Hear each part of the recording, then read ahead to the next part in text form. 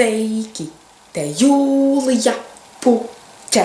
Tātad, šīs dienas video būs ļoti exciting video. Vakar es izdomāju, iešu alfā nopirkšu jaunu skruļotāju, jo es izdomāju, skatos uz cenām, tur kaut kāds 20 eiro, 30, tur aizies Eironikas, blablabla.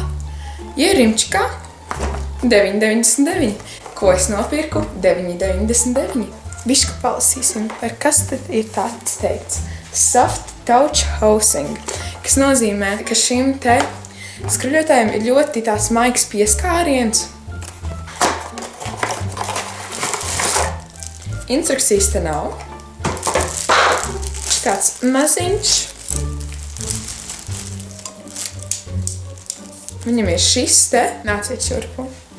Nāciet.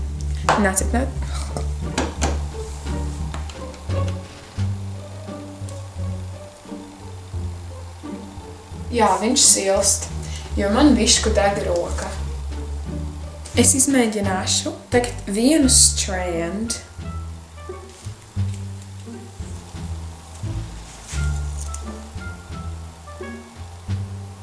Tātad šāds efekts ir gaidāms. Šis rezultāts manī neapmierina. Kas ir šis? Es atvainojos. Es biju tik ļoti high hopes par šo. Es pagaidīšu varbūt vēl ilgāk, varbūt vajag tā, lai kūpmati, ja?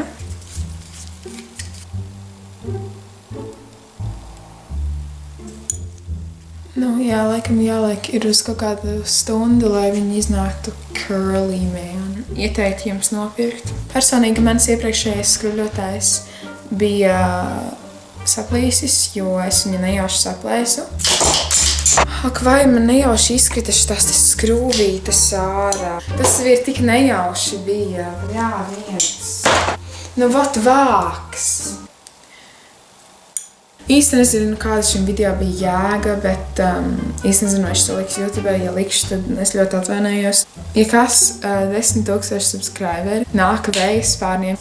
Labi, paldies, ka noskatījies šo video, neaizmirstu nospiest like, kā arī subscribe, komentē šajā video idejas, jo man nav ideja. Tā!